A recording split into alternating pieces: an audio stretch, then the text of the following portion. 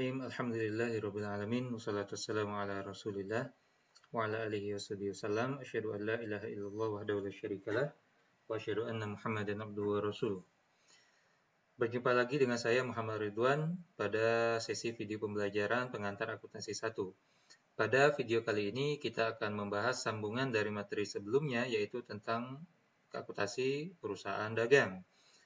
Pada video kali ini kita akan membahas terkait dengan harga pokok penjualan atau biaya pokok penjualan dan jurnal penyesuaian yang dibutuhkan terkait dengan persediaan barang dagang pada usaha dagang. Sebelum membahas jurnal penyesuaian, kita harus memahami dulu tentang konsep harga pokok penjualan. Apa harga pokok penjualan? Harga pokok penjualan di sini kita lihat harga pokok penjualan, ya, atau ada juga yang mengatakannya sebagai beban pokok penjualan, ya, yaitu apa? Harga beli barang-barang yang sudah kita jual selama satu periode akuntansi. Jadi misalkan kita sudah menjual 100 unit barang jualan kita selama satu periode, yaitu 1 tahun misalkan, maka berapa harga kemarin kita beli barang yang kita jual 100 unit tersebut. Misalkan 100 unit tersebut kita jual dengan harga 100 juta. Ya. Harga 100 juta. Itu adalah harga jual, berarti 1 unitnya sejuta. 100 juta kita jual karena 100 unit. Padahal harga belinya misalkan cuman 700.000. Ya, 700.000. Maaf, 100 juta. Misalkan satunya kita beli dulu 700.000 dan kita jual 1 juta. Berarti kalau 700.000 dulu kita belinya cuma 70 juta. Misalkan seperti itu. Ini enggak ya? Ntar, misalkan nih, ada barang 100 unit, kita belinya, kita ubah. Kita dulu belinya 1 juta, ya, berarti 100 unit 100 juta. Nah, kita jual 150 juta, alias 1,5 juta kita jual. Nah, 1.500.000, 1 unit kita jual, itu harga jual. Berarti kalau total 100 unit yang kita jual, berarti 150 juta. Padahal dulu kita belinya cuma 1 juta, yaitu 100 juta, 100 unit. Nah, berarti beban pokok penjualan, walaupun penjualannya 150 juta, beban pokok penjualannya atau harga pokok penjualannya, harga modalnya itu 100 juta. Itulah konsep harga pokok penjualan. Nah, harga pokok penjualan ini tidak ada di usaha jasa. Ya. Sebagaimana kita tahu, konsep laporan laba ruginya usaha jasa yang paling sederhana adalah pendapatan dikurangi seluruh beban-beban. Jadi seluruh pendapatan dikurangi seluruh beban-beban. Maka dapatlah laba rugi. Kenapa? Karena dalam usaha jasa tidak ada barang yang dia jual. Yang dia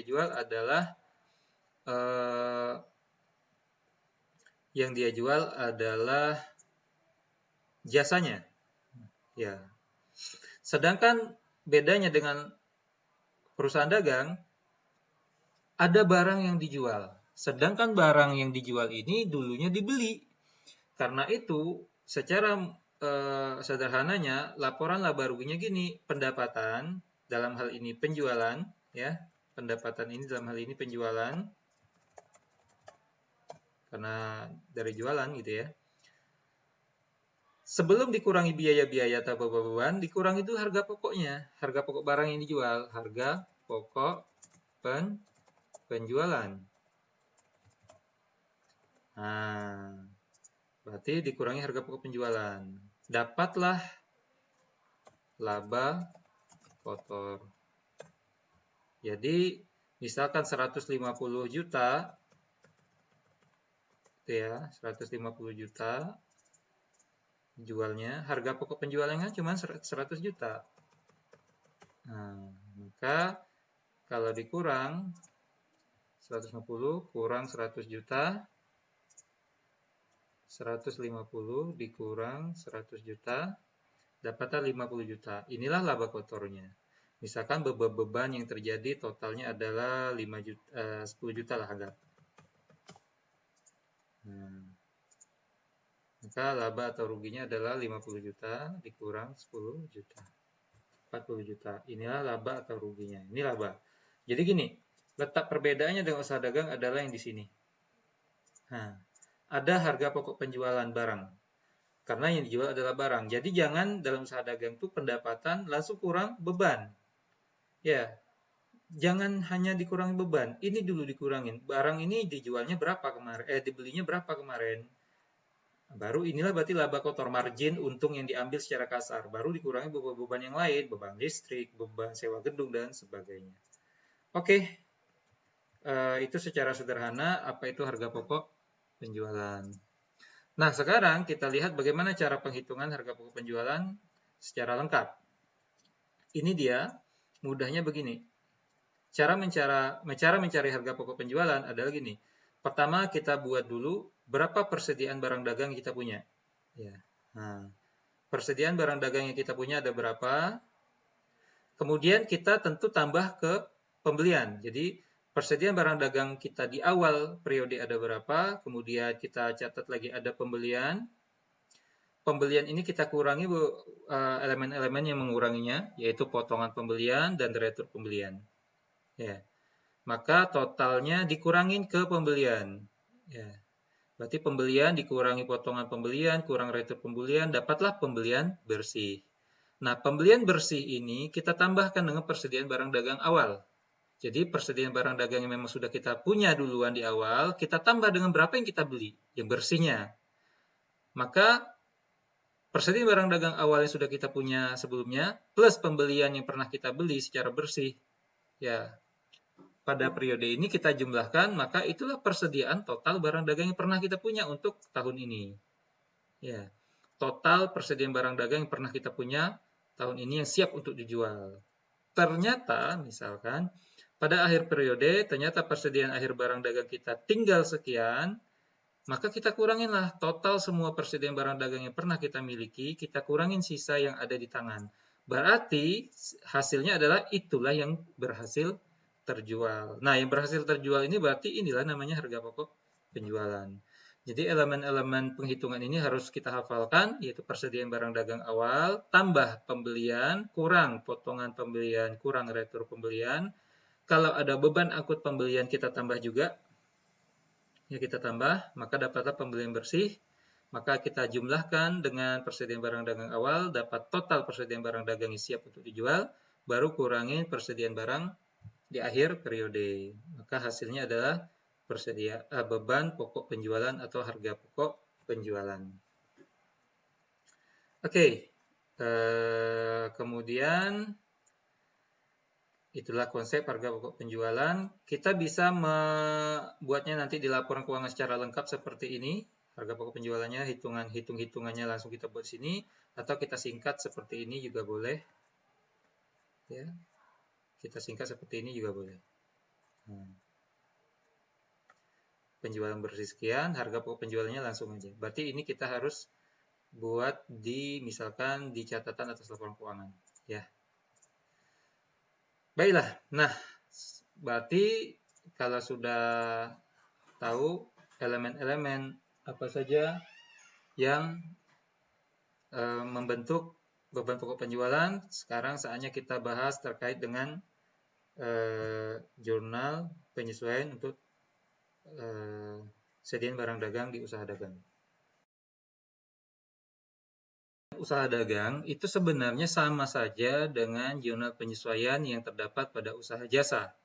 Ya, yaitu ini yang pernah kita bahas di video sebelumnya, silakan lihat di jurnal penyesuaian untuk usaha jasa, ya.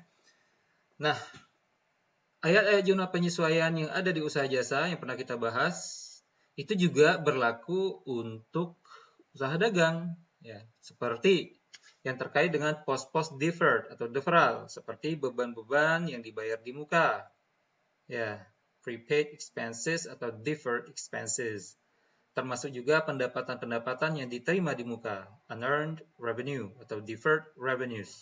ya, atau utang pendapatan. Termasuk juga pos-pos accrued atau accrual seperti beban yang masih harus dibayar, accrued expenses atau utang beban, dan pendapatan yang masih harus diterima, accrued revenues atau sering disingkat menjadi piutang pendapatan. Termasuk juga penyusutan aset tetap, semuanya depreciation of fixed asset, cadangan kerugian piutang, allowance for bad debt, dan baru persediaan dibahas untuk perusahaan dagang. Jadi pos-pos deferral, yaitu beban dibayar di muka, pendapatan diterima di muka, pos-pos akrual, beban yang masih harus dibayar, pendapatan yang masih harus diterima, penyusutan aset tetap, dan cadangan kerugian piutang, ini juga tetap ada di usaha dagang. Ya. Hanya saja, perbedaan antara usaha jasa dan usaha dagang salah satunya adalah terkait dengan persediaan, karena persediaan ini hanya ada di usaha dagang dan usaha manufaktur.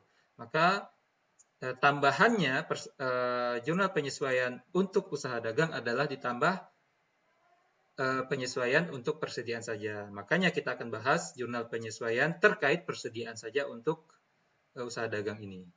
Oke. Sebelumnya kita harus tahu dulu kapan dan pakai metode apa dibutuhkan penyesuaian. Untuk usaha dagang, karena yang disesuaikan adalah persediaan barang dagang, maka yang membutuhkan jurnal penyesuaian untuk persediaan pada usaha dagang adalah usaha atau akuntansi yang menggunakan metode periodical physical. Ya. Bagi usaha dagang yang menggunakan metode perpetual, maka tidak membutuhkan jurnal penyesuaian persediaan ini. Ya. Idealnya seperti itu. Kecuali kalau nanti hitungan fisiknya ternyata tidak sesuai dengan catatan di dokumen, ya, maka baru dilakukan penyesuaian. Tapi secara normal yang menggunakan atau yang membutuhkan jurnal penyesuaian untuk persediaan ini adalah usaha dagang yang menggunakan metode physical atau periodical. Oke, kita bahas dulu. Nah, untuk metode fisik ini yang membutuhkan penyesuaian ini, maka untuk menyesuaikan rekening persediaan pun ada dua cara. Ada dua pendekatan, yaitu menggunakan rekening ikhtisar laba rugi atau menggunakan rekening harga pokok penjualan. Ada dua cara. Dua-duanya boleh, ya, terserah perusahaan dia menggunakan metode yang mana, yang penting konsisten. Ya, selagi sekali dia pakai ikhtisar laba rugi, berarti pakai ikhtisar laba rugi. Kalau dia pakai harga HPP, ya selamanya pakai HPP, jangan gonta-ganti. Karena salah satu konsep akuntansi adalah konsistensi. Oke, kita bahas satu persatu. Nah, kalau kita menggunakan rekening ikhtisar laba rugi, maka caranya menyesuaikan persediaan barang dagang ada seperti ini. Konsepnya gini, kan metode periodical physical itu kan pencatatan persediaan cuma dilakukan di awal dan di akhir. Berarti misalkan di awal kita udah mencatat nih persediaan awal ternyata adanya 50 juta. 1 Januari. Nah, sepanjang tahun itu, 1 tahun itu kita beli, jual, retur pembelian, retur penjualan, dan sebagainya, itu tidak pernah kita mencatat langsung ke persediaan barang dagang. Sehingga akun persediaan barang dagangnya itu di buku besarnya masih aja tetap 50 juta. Baru akhir periode baru kita catat ubah gitu. Makanya kita tinggal mengubah persediaan barang dagang awalnya kita hapus, kemudian kita munculkan lagi persediaan persediaan barang dagang yang baru. Makanya jurnalnya cuma dua. Ya. Untuk persediaan barang dagang kita awali dengan persediaan barang dagang dulu yang awal. Persediaan barang awalnya kita hapus karena dia aset, berarti kalau kita hapus kita taruh di kredit. Makanya jurnal penyesuaian pertama untuk metode ikhtisar laba rugi ini adalah persediaan barang dagang kita taruh di kredit. Ini senilai awal. Yang nilai awal yang salah. Ya. Debitnya kita pakai bantuan rekening ikhtisar laba rugi tadi. Kemudian berarti kalau sudah kayak gini, persediaan barang dagangnya menjadi 0. Ya. Kemudian baru kita munculkan lagi persediaan barang dagang dengan jumlah yang baru yang sudah kita cek fisik. Ya, cek fisik. Yaitu apa? Kita taruh di debit, muncul lagi. Ya, dan lawannya ada ikhtisar laba rugi. Mudahnya seperti ini, kita contohkan. Nah, misalkan nih, ini buku besar, persediaan barang dagang. Ini buku besarnya persediaan barang dagang supaya mudah ya. Kita contohkan.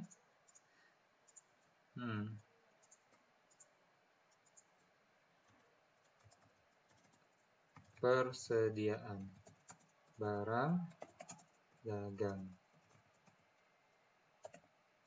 Nah, misalkan gini, pada tanggal 1 Januari 50 juta.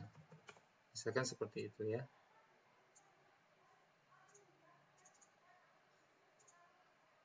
Nah, kemudian ingat dalam metode periodik fisikal kita tidak pernah mencatat pembelian dan penjualan itu langsung ke persediaan barang dagang tapi pakai rekening pembelian dan penjualan. Sehingga persediaan barang dagang ini buku besarnya tetap seperti ini, tidak pernah berubah. Ya, tidak pernah berubah. Dan kita tidak mengetahui selama 1 tahun tersebut kita beli jual, berarti sebenarnya perubahan-perubahannya dan berapa sisa akhir barang dagang kita yang sebenarnya kita tidak tahu. Kalau hanya berdasarkan dokumen jurnal, buku besar, dan dokumen akuntansi.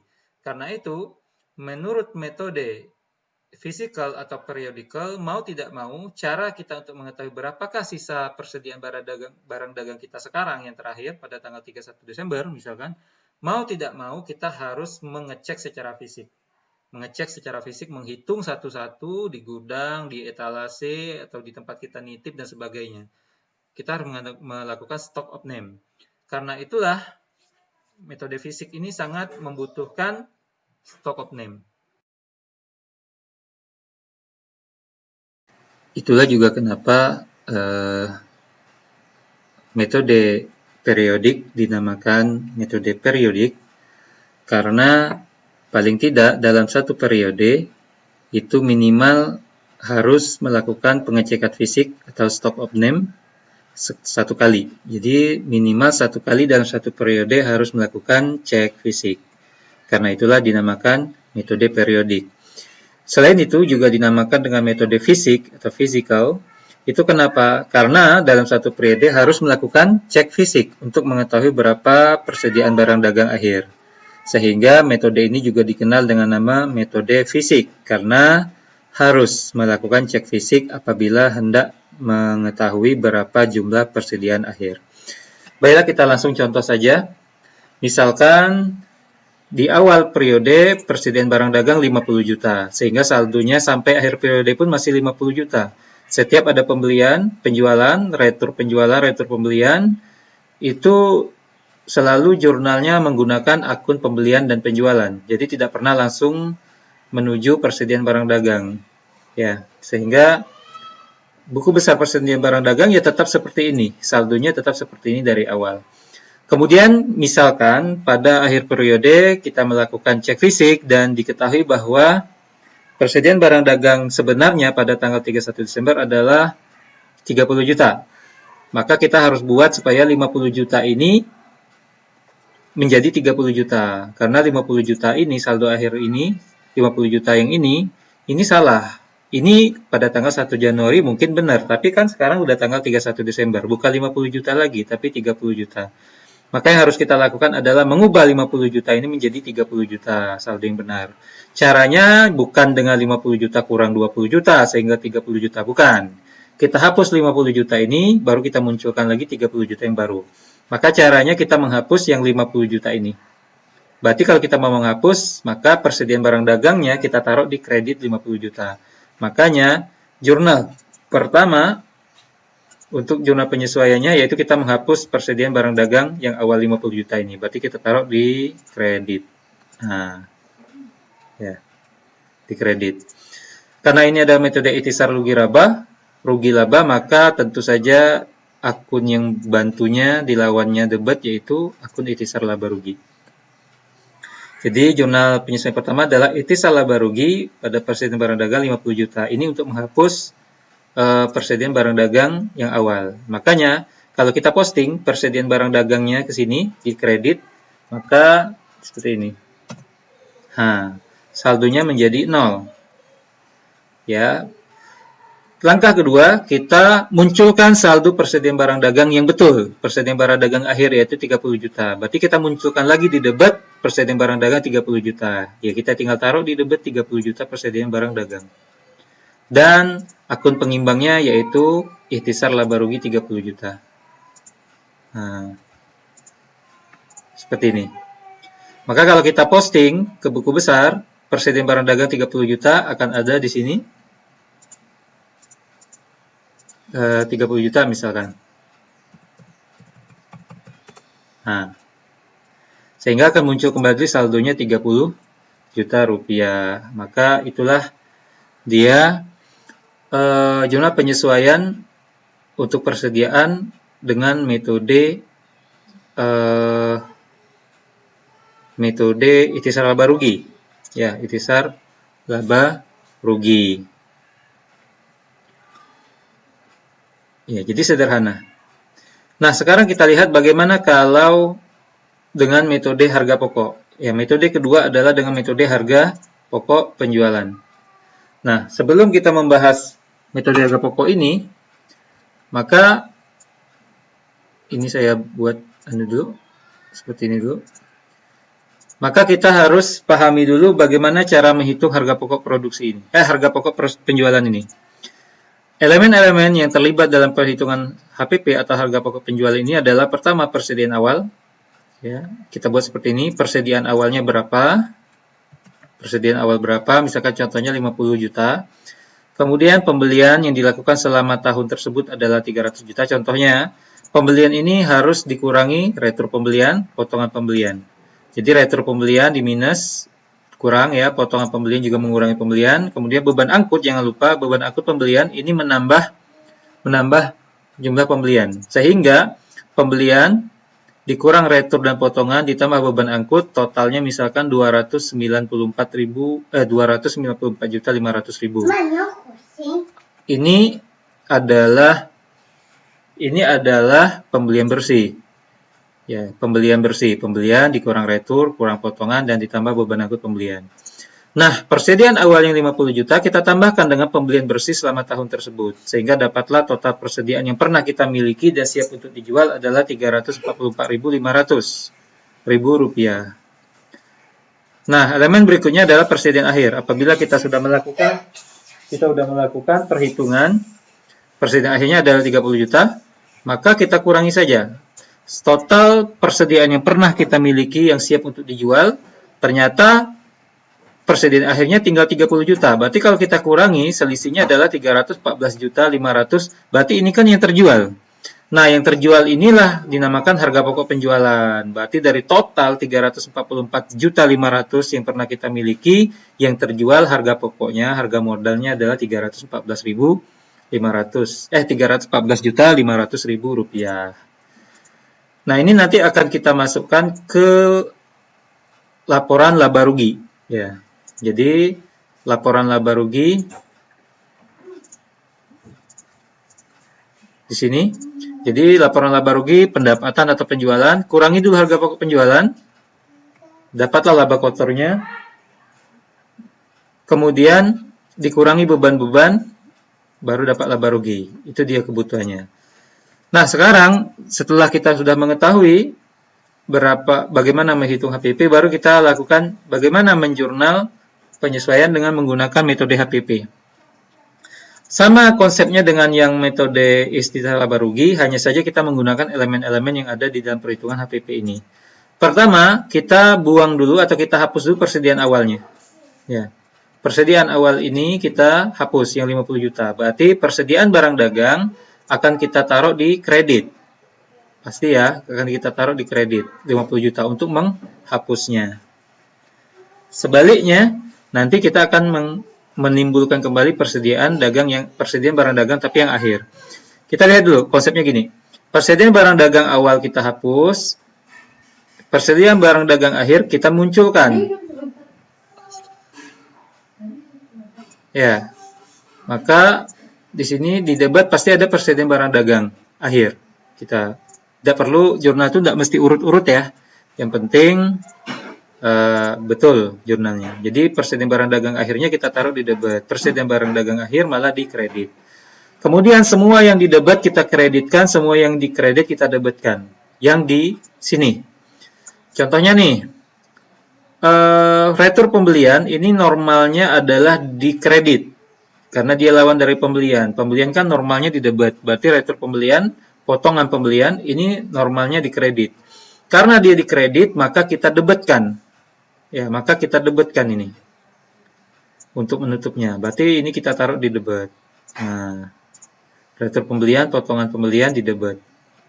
Kemudian apalagi beban angkut pembelian, ini kan di debet posisi normalnya beban. Maka kita kreditkan. Ya, itu jurnal penyesuaiannya. Kita kreditkan. Maaf. Ini, kita kreditkan. Termasuk juga pembelian, ini yang saya lupa. Pembelian, ini kan posisinya di debit, maka kita kreditkan. Nah, jadi intinya, yang debit kita kreditkan, yang kredit kita debitkan. Semua yang ada di sini. Ya. Nah, ini sudah nih pembelian, retur pembelian, potongan pembelian, beban angkut pembelian. Oke, persediaan awal dan persediaan akhir sudah.